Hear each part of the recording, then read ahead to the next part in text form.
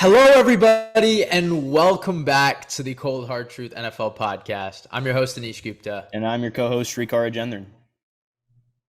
Okay, it has been a long while. It has been a while, but we're back. We basically decided to take a little free agency break, I guess. I think our contract was up, but we got re-signed. Right, Shriek? That's a fancy way to say we both couldn't get our schedules to align at the same time and we're both busy. Yeah. Hey, stars have aligned. We're back. And you know what else is back? Our beautiful sponsor, Manscaped. All right. You know the drill. Like, I think we kind of, we know the drill, but we might as well run it back. Like, best below the waist grooming, the fourth generation trimmer, which they own and possess, and you can go buy at manscaped.com, has great advanced skin safe technology, wireless charging, amazing battery life. They've got some other amazing products out there: weed whacker nose and ear hair trimmer, ball deodorant, t-shirts, boxers, you name it, man. Join over 7 million men worldwide who trust Manscaped. With this exclusive offer, Shriek, I'm gonna let you toss up that offer. CHT20. CHT20 at manscaped.com, 20% off and free shipping at manscaped.com. Unlock your confidence and always use the right tools for the job with Manscaped. Now let's get back into, what y'all signed up for. So I think we're just going to recap pretty much all of free agency. I think we're just going to boatload this episode into that. So let's get started. I mean, there was a lot. Definitely not as jam-packed as like 2022's free agency. I mean, last year it was just like blockbuster left and right, but we had some underrated signings and trades that kind of reshook a little bit of the NFL landscape. Not really, I guess, at the quarterback level yet, but we had some interesting moves. So, Shriek, I'll toss it to you. What was the signing that you liked the most? I feel like you can kind of get a sense. Oh my God! See, as soon as I see the smile, I already know where he's going. Javon Hargrave to the Niners, man. That is my pick, and I'll give you an actual reason why. It's not because of Niners bias, but look, teams win Super Bowls due to great coaching and quarterback play more than anything else. But we can both agree the trenches are a close third, right? San Francisco, I mean, we were already excellent along the defensive line, and now you add an elite talent in Hargrave to pair with Eric Armstead and Nick Bosa. 4 years and $84 million, I think, is a great investment for the Niners. Oh, I know some people are concerned about the age. I am a little bit too, but I think as a win now move, it makes a lot of sense. You fill one of the biggest holes on the roster. Javon Kinlaw's still there. They probably still see some potential in him, but I'm a big fan of this move, and I think it is the best signing in free agency thus far. Yeah. I mean, so can I just say then Dalvin Tomlinson to the Browns? No. Yeah. D tackle wave. Can I just stick with that? I think there are like a variety of signings that I thought were really impressive. I mean, I think maybe if we want to go from team to team, I think that one was pretty good. And you know what? I think I'm gonna stick with that. Yeah, I'm gonna say Dalvin Tomlinson to the Browns. And no, there's not the Browns bias, but I do think D tackles here were a big bargain. And I mean, I could go on and say, okay, the Bills re-signed Poyer, or moves like that. But I think this one was a really underrated move in the sense that, hey, that was the Browns' biggest need, clearly. And I think by doing this, they not only said, hey, we're just going to address defensive tackle in via signings, right? We don't have to really go in the draft direction. I think that was a really big move for them. And then two, that's interior pressure has been something that they've lacked since, like 2018. I mean, it's been really bad. Low-key since Danny Shelton. So even before that, I mean, interior pressure is something that the Browns have always struggled with. So to get something like this, get a really big guy who, is a big nose stuffer.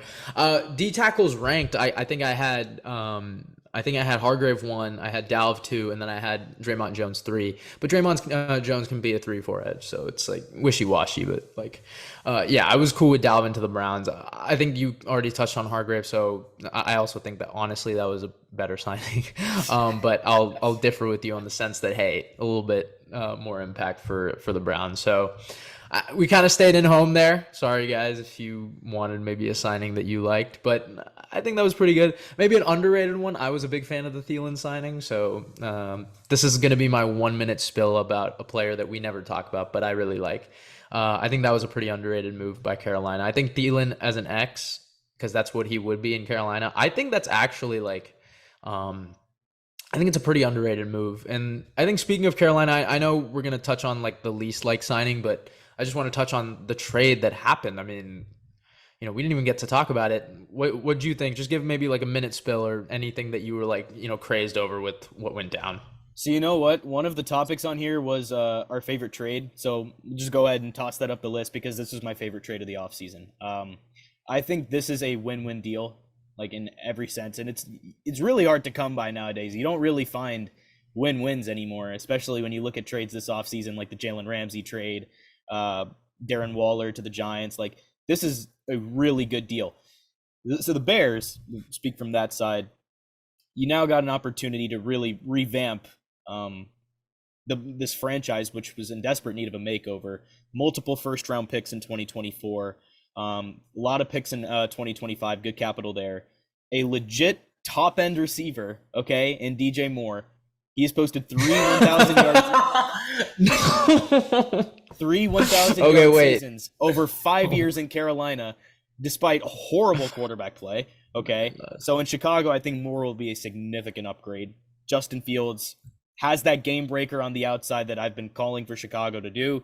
You can open up Luke Getsy's scheme there. I like the move there. But Moore does come with a big contract. 3 years left, $52 million. But Chicago has more cap space than any other team, so they're able to handle it. And also, they probably wanted more over any of the free agents. So it makes sense. And also, if Fields doesn't play well, the Bears now have 2 first-round picks in a class which has Caleb Williams and Drake May. So Ryan Poles now has the ammo he needs if you want to make a move for a QB. There you go. And for the Panthers, I mean, huge statement, right? With the Colts, Frank Reich went through 4 starting quarterbacks in 4 seasons.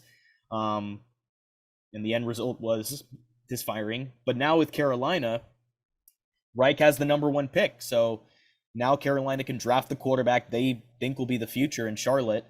And it's not even Reich, too. David Tepper has been in that quarterback carousel disaster. Always, yep.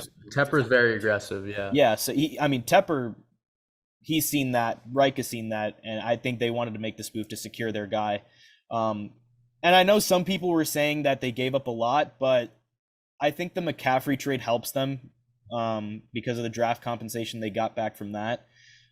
They still have 6 picks, 2 in the top 40, so they're still good. I think the main concern for Carolina now is just surrounding Stroud or Young or Richardson with skill talent on the offensive end, and I think they've already done that. Did they get Chark? I think they did. They got Thielen, they got Chark. So it's looking good. I think this is a great offensive staff for a quarterback to step into as well. So I like this trade for both sides. I think it's a win-win. I know I went a little longer than that 1 minute spill you wanted me to have, but yeah. I decided to touch on it now since it's my favorite trade. Okay. I mean, I guess maybe I might have to throw my favorite trade out. Should I just do? I mean, well, no. I'll wait. I'll say mine at the very end, but I'll unpack what you had to say. Okay. The reason why I laughed about DJ Moore is we got into a little argument about who's better between DJ Moore and Christian Kirk. I think it's Christian Kirk. This guy down here thinks it's DJ Moore. Obviously, one of us is a scout, so side with the scout. But yeah, no, I think it's Christian Kirk. Maybe we'll put that in a poll when this episode comes out. So who do you guys think? I think people are probably going to go DJ Moore just because he's a bigger name. But guys, please watch tape. It's CK. But all right, yeah. And then to unpack the trade, I'm with you. I think both sides have a reasonable, point towards why they made the move. No one likes Frank Reich more than I do, and I think finally he's going to get a choice of he's going to get a QB of choice. I mean, that guy was so wrongly done, by the way, in Indianapolis, and yeah, he's going to get a chance to kind of make things right. Obviously, 14 Panthers related people were at a pro day. Now, to give context, the most amount of scouts we had from a particular team was 3 today. So when you send 14 to a team's pro day, odds are you were interested in the prospect. So just a quick note for any Panthers fans out there. And then for the Bears, just a terrific move. As much as I have harped on DJ more recently, he's definitely an upgrade. So it's going to be nice to have for Justin Fields. And I think for Fields, there's no excuses. The Bears really made some good moves across the entire board. Spent their cap space well, didn't really overpay anyone. I think they made some pretty solid moves. You can argue Tremaine Edmonds, but I don't really think so. I think it was a solid move. So good things for both sides. I think Shrikar touched on it a lot. So I'm kind of with you there. I think but here's my one thing, right? So the Bears are basically saying, hey, we've got a guy, like we've got our guy in JF, right? And okay, yes, worst case scenario, we can use the 2 first-round picks. But the thing is, the Dolphins did the same thing with Tua. I mean, before they lost their pick with Chris Greer, remember? They had the same kind of scenario. Tua year 3, we've got a second pick in the draft for 23. Off the field stuff happened, but I mean, what can you do? So I think the Bears are putting themselves in a similar situation like that. But the Panthers, right? Like you're basically investing in a guy that can play 10 to 15 years, right? And if that's the guy, it's worth anything, right? Because these guys are really hard to find. So that's kind of my thoughts on it. We can go signing you like the least. Before that, sorry, I just wanted to throw out there, I also wanted to give a quick shout out to the Bengals for getting Orlando Brown. I think that was a really big move considering that Jonah has just been really inconsistent. And not only that, you take him from the Chiefs, a guy who now learned Andy Reid's offense for a solid year, or 2 years actually. And I think that was a really good signing for Cincinnati, as much as I don't like it. But moving on, Streak, signing you like the least. Yeah, I'll touch on that Orlando Brown. I agree with you. It's kind of funny because everyone on social media was worried about how the Bengals are going to pay their core players, and they go out and splurge on Orlando Brown and upgrade the protection for Burrow. And Cincinnati created a problem with Jonah Williams now wanting out, but Brown is the better tackle. I argue all you want about Brown playing left tackle, but $16 million a year, that's a bargain, especially for a team that's in win now mode. So I'm with you. I think it was a great move. All right. Dude, I think I'm just forgetting a bunch of them. Hold on. Like, we shouldn't this is the problem with free agency episode, guys. Like, we have to recap damn near everything. I mean, Jesse Bates to the Falcons was a good signing. Yeah. Right? CJ to the Lions was a great signing. Actually, Jesse Bates was my number 2. So there's so many. Low key, okay. Y'all Poyer coming back was huge too. Yeah. My Browns bias, but Obo, 3 years, 19, and he had the third highest pressure rate in the league. Let's not get ahead of ourselves. All right, free agent signing I like the least. You're gonna think this is totally on brand for me. Jimmy Garoppolo to the Raiders. Oh my god. Here's my thing. Okay, financially, it's reasonable, right? $73 million over 3 years, it's fine. However, if the Raiders take a quarterback at number 7, Jimmy's cap hits are $16 million and $28 million over the next 2 years. So that goes against having a cheap rookie deal, right? So that doesn't make sense to me. And then also the injury history. I mean, it's pretty significant. 9 seasons, and he's only started more than 10 games twice. So okay, wait. Take out 14 to 17, right? He started every game he could in 17. You got to take out the first 3 years. But still, he was a backup. It's pretty significant, isn't it? Okay. For a guy that's making as much as he is, it's pretty significant. So it's honestly, I'll give you this. It was hard to find. He played 5 years in SF, right? Okay, 2017 he played all the games. 18 he tore his ACL. 19 he played all the games. 20 he had a boatload of injuries with the ankle, and then 21 all the games. 22 was the injury. Yeah, so he's just back and forth, which is not something you like to see. A little bit inconsistent. I'm with you, but I don't think. Look, I think when if they do take a quarterback in the first round, which I hope they do, or if they, it just depends on who's available. But Levis probably. So it's basically it'll be a 4-year deal, right, with the 5th year option. So yes, you have the stability of the quarterback 2 years past Jimmy. And like Jimmy is a perfect bridge. I think Jimmy is a perfect bridge because you get a guy who is going to keep you in the loop. He's not going to, necessarily integrate a rebuild right away. And I don't think the Raiders necessarily need to go full on rebuild if they get a guy at 7. Because odds are they still have a really good roster that's gonna be hard to get really down low in terms of picks, like lower than 7. So I don't think it's necessarily a bad signing. And I also think Jimmy's a little bit overhated. So, and you're giving him by far the best weapon he's ever had. So I don't think it's like. And you also traded away Waller, so. No, I'm not mad about that. Waller was injured for them. He was taking he's making the most money of any tight end. I'm not mad at that move. I think this move for the Raiders is just saying, hey, we can still win games in 2023. And I honestly think when they both I really don't think Jimmy's that far off from Derek Carr. So Carr is better. I'm sorry, Carr is better. Yeah. I'm not saying he's better, but I don't think he's that far of a drop off. And also, I think pre-snap Jimmy, I would take Jimmy over Derek Carr. So I don't think this is that bad of a signing. I think this one, if anything, is on my good side. So I'll kind of transition to my bad one. I think it's Mike McGlinchey to the Broncos, 5 years, 87.5. Like, what the hell? First, okay. I think McGlinchey is a talented player. When he first came in, he looked really solid, and obviously Niner fans were really, high on his ceiling. He's been terrible the last 2 years, and I know it's been a combination of just his physical ability recently, conditioning off season, stuff like that.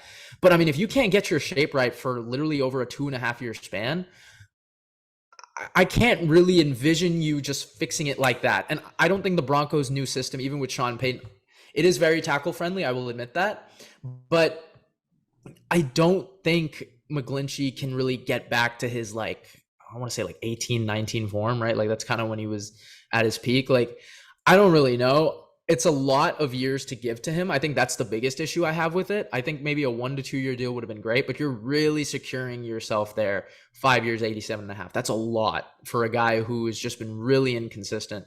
And again, like I said, tackles in the Saints system with Sean Payton have known to be really well or do really well. And Sean loves his running backs that get on the outside, elusive backs, Pierre Thomas, Alvin Kamara. Now he's going to have Javonte Williams. So, that's the little bit of the offset there for any Broncos fans that may disagree with me. But I'm just not feeling the signing with the 5 years.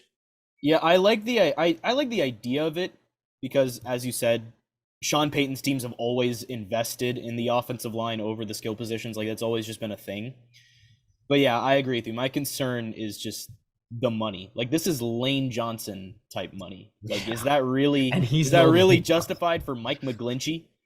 If he was that good, why didn't the Niners just lock him up rather than taking that capital and spending it on Hargrave? It just doesn't make sense there. So yep.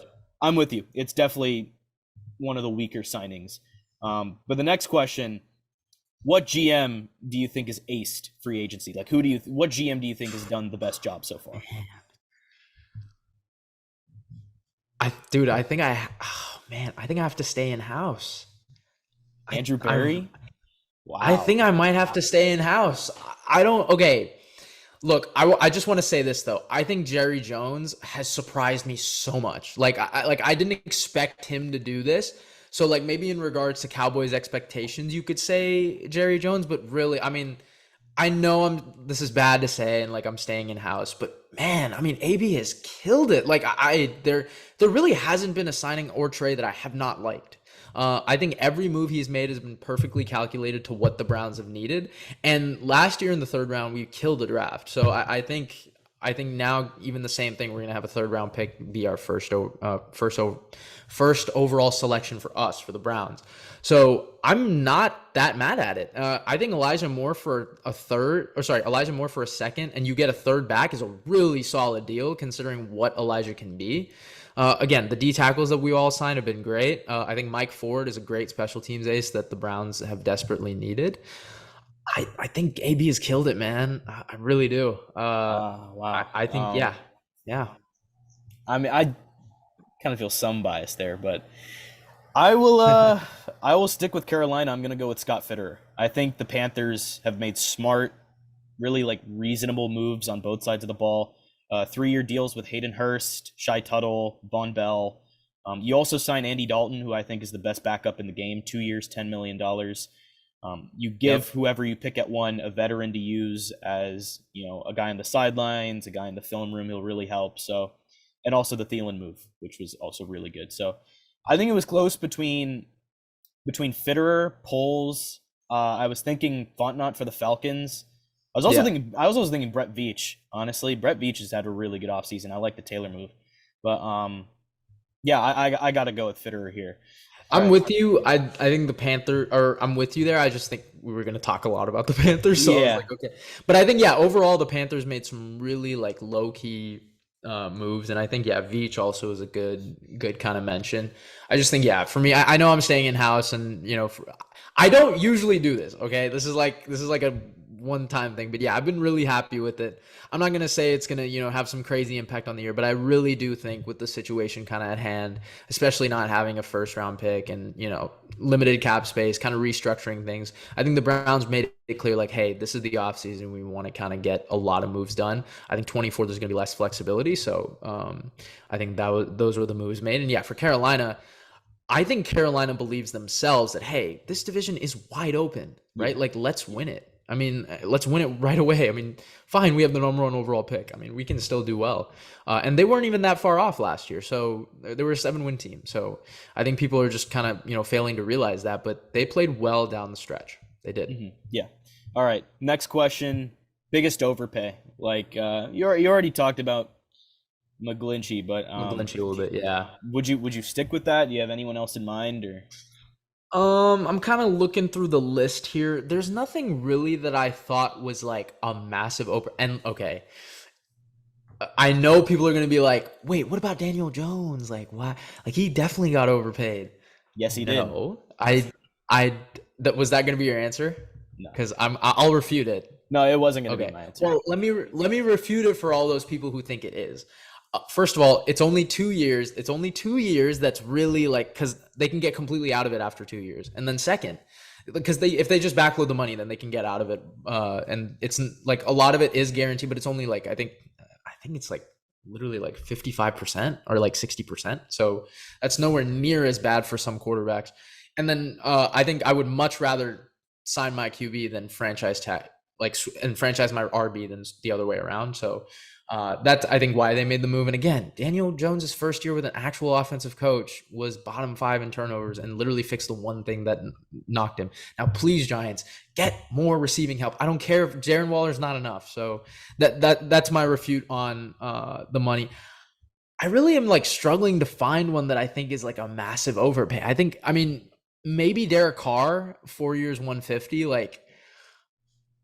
but for me, that's more on the years. Like, I just don't think Derek Carr is the guy. That's my problem. What are you really getting him for here? He's not going to uplift this team. I mean, fine, he'll maybe get you a division, right? Like in the NFC South, but he's not going to do anything and he's 31. I think the Saints are better off just kind of rebuilding it, especially with, this cap-loaded team. I mean, so I guess, maybe that's probably what I'll go with, but just not really much that I was like, yo, this is, a massive overpay. Like, why'd you do this? But I'll probably stick with that. All right. My answer, the one that maybe not a lot of people were thinking of is a pretty under the radar move, but Andre Dillard to the Titans. Tennessee signed him to a 3-year, $29 million deal to be their starting left tackle, replacing Taylor Lewan. Dillard was never able to play consistently for Philadelphia. Started only 9 times in his career. He didn't start at all in 2022.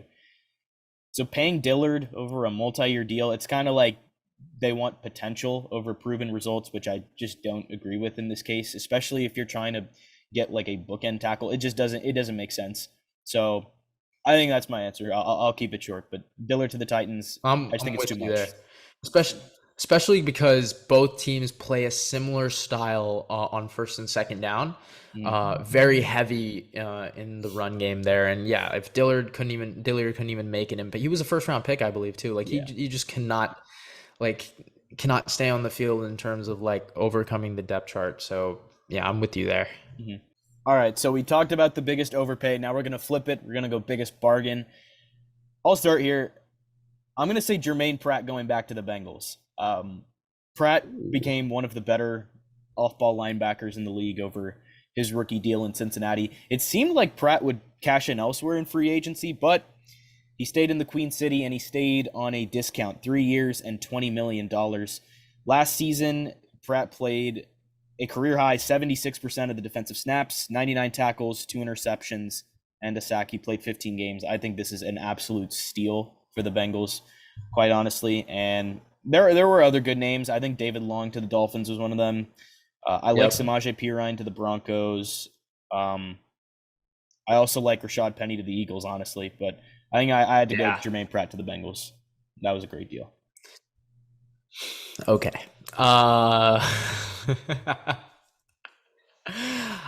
Let me get into like the two that I think were like pretty good. First was Julian Love to the Seahawks. I think that was a really good 2 years, 12. I think Julian Love played great for the Giants, and I think Seattle's going to really like a safety who, especially for the depth. I think Quandre and Jamal coming back. You want a guy who can kind of cover with a mix of kind of that hybrid, guy who can low key tackle like a will linebacker. So Julian Love.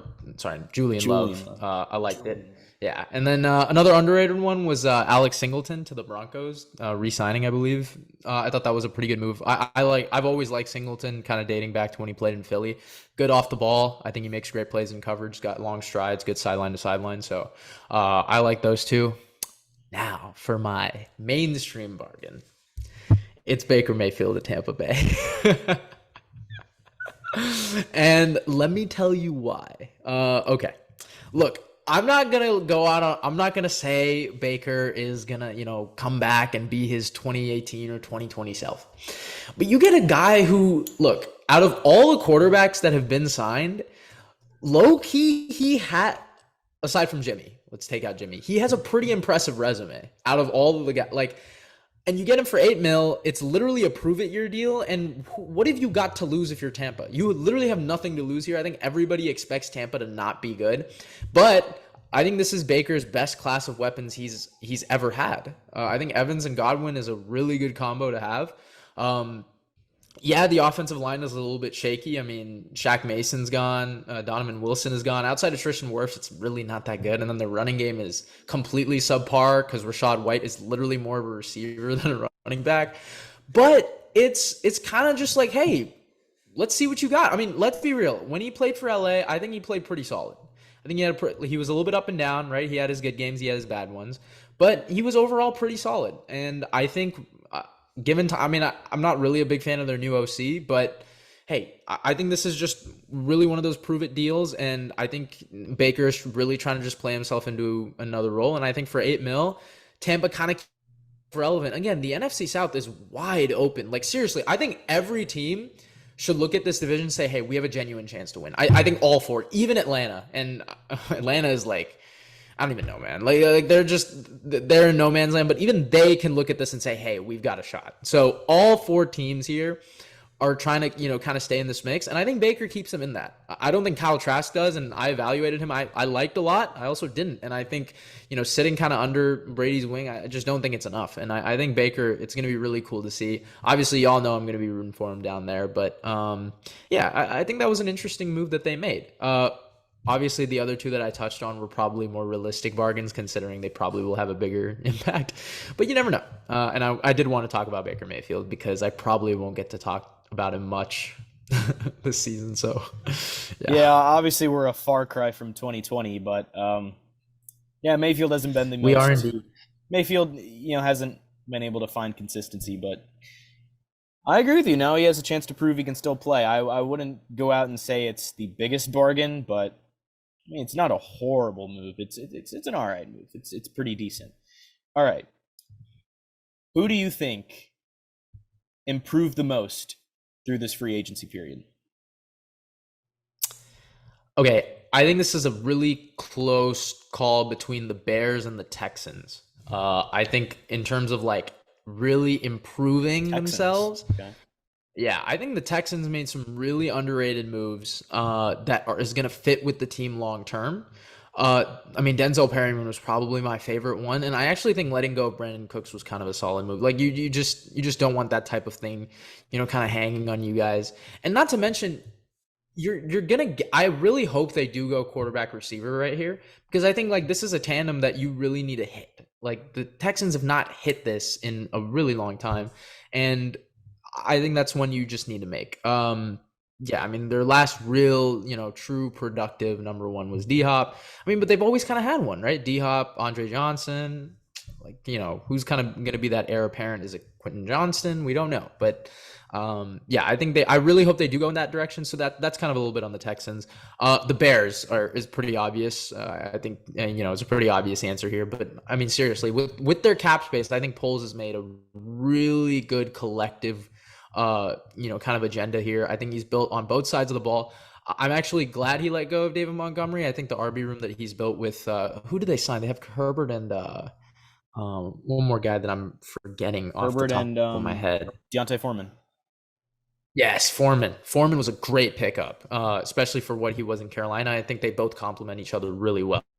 I think this offense is going to be a lot better than what people expect. I think it's going to be a lot less stagnant. I think it's going to be quicker, and I think it's going to be more effective. I think the Bears really improved on pretty much all sides of their roster. Yeah, I'm with you. The Bears were my pick as well. Granted, Chicago was originally picking number one in the draft for a reason, but Ryan Poles used his cap space aggressively. You get a pair of linebackers in TJ Edwards and Tremaine Edmonds, Nate Davis. We just talked about Foreman, Robert Tonyan. I think you can argue the Bears overpaid in some instances, but I mean, the bottom line is the roster is vastly improved from where it was in February. So I'll go with the Bears here. Other teams I was thinking of, the Panthers. Again, we'll toss the Panthers out there. I was honestly thinking the Broncos. I think the Broncos are definitely a lot better. But it's the roster, maybe, but I think Peyton being there it's a little bit different. And then also I think, the Jets. The Jets with Rodgers, I think you can argue, but I think if you're looking for the roster that's improved the most, I think it's got to be the Bears.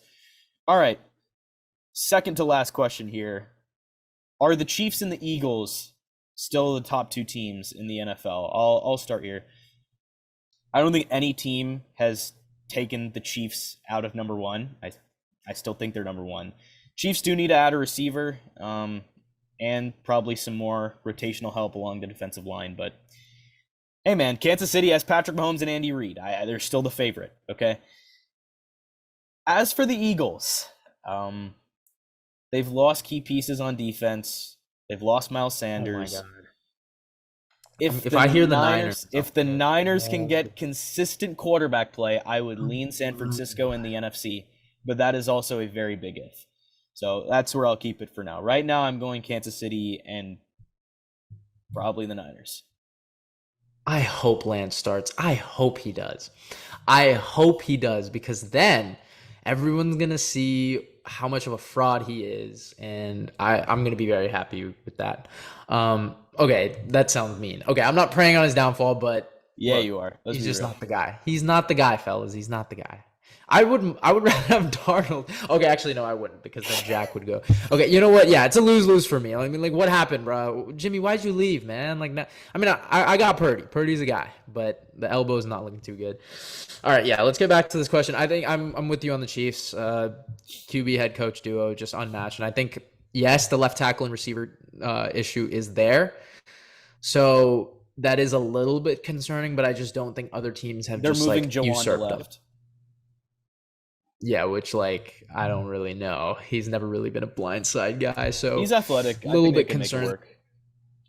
So I'm a little bit iffy. I don't think a team has passed him up, though. I think the Bengals are dealing with their own problems in free agency, especially losing both their safeties.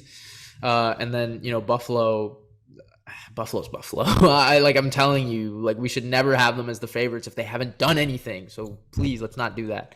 And then on the NFC side, same kind of thing, right? Like, I think a team that has improved and I have been impressed with is Dallas.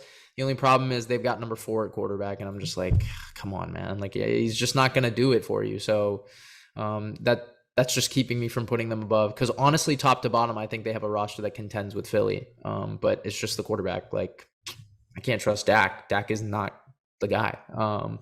And yeah, same thing with SF. Lance is not the guy. Jalen Hurts is the guy. So I think that's kind of where my answer lies. Yeah, the NFC is just full of a lot of, what ifs and just, potential right now, which is crazy to me. I mean, just how lopsided it is on the AFC side versus the NFC side. But yeah. Yep, I think it's where we're at. So one more question here. I already covered it earlier, but your favorite trade? Yeah, so sticking with the Cowboys, man, they've killed it. They just need to get rid of number 4, and I'm good. It was Stephon Gilmore to the Cowboys for like a 5th-round pick. I mean, come on. You get I think Cowboys fans can understand me here, and those of you who aren't. Dude, the Cowboys have been looking for a cornerback 2 for like 5 years. Yeah. And this is obviously since Trayvon got drafted, but they've just never had good cornerback play. I literally cannot name you the last time the Dallas Cowboys have had a fearful corner since Deion Sanders. I'm not even kidding. They've been really in the doghouse there. But now you've got a former depoy and you've got Trayvon Diggs. And Gilmore played great last year. Contrary to what everyone said on our TikTok, he played really good. There were literally games where he was so key for them in the 4th quarter to keep them in it. So, yeah, I think Stephon Gilmore, I know he's 32, 33, but come on. I mean, you're putting him now in to guard a bunch of wide receiver 2, a bunch of Z's. Come on. I mean, this is going to be great. I think Dallas is going to love this move. And I think this is huge for a team that was really good at sacks. And now you've got the DBs to kind of back it up. Hell of a move. I think this was a really underrated trade that obviously Cowboys fans love, but I think we're not talking about it enough in the NFL scope. Yeah, it almost kind of flew under the radar. I expected a little bit more buzz about it, but I agree with you. I think it was a great trade for the Cowboys. I don't know how they got him for only a 5th, but the market's been really weird this year with a lot of trades, especially with Jalen Ramsey's trade. It's just been all over the place. But yeah, I'm with you. I honestly thought if we want to touch on Ramsey for a little bit, I think Ramsey was a close second for me, just because Ramsey was Fangio. It explains itself. But yeah, I'm with you. I think Gilmore was a phenomenal move for the Cowboys, and the Cooks trade also great move for the Cowboys. So yeah, really good. I think it allows, because usually in the NFL scope it takes about 2 years for the ACL to fully recover. Now Gallup goes back to his receiver 3 role, and they'll probably rotate Cooks in the slot and outside. So I think this is great. Mm-hmm. All right, so that caps it. That's all of our questions. We got through a lot, actually. 1, 2, yeah, 3. Pretty decent amount. I mean, honestly, there were a bunch of signings that we just didn't really touch on, and I'm sorry if we didn't cover your favorite team. We're gonna drop a post about maybe our top 5 favorite signings, top 5 worst. Did want to touch on it. Patriots giving Juju $33 million. Not the biggest fan. I mean, yeah, honestly, there were just a bunch that I really forgot about. But yeah, hey, hopefully we touched on your favorite team. And yeah, we're back, guys. Some scouting vids are on the way before the draft kind of hits. We're finally kind of freeing up. So again, those who stuck with us and kept watching, thank you guys so much for watching. We've been the Cold Hard Truth NFL podcast. See you guys next time.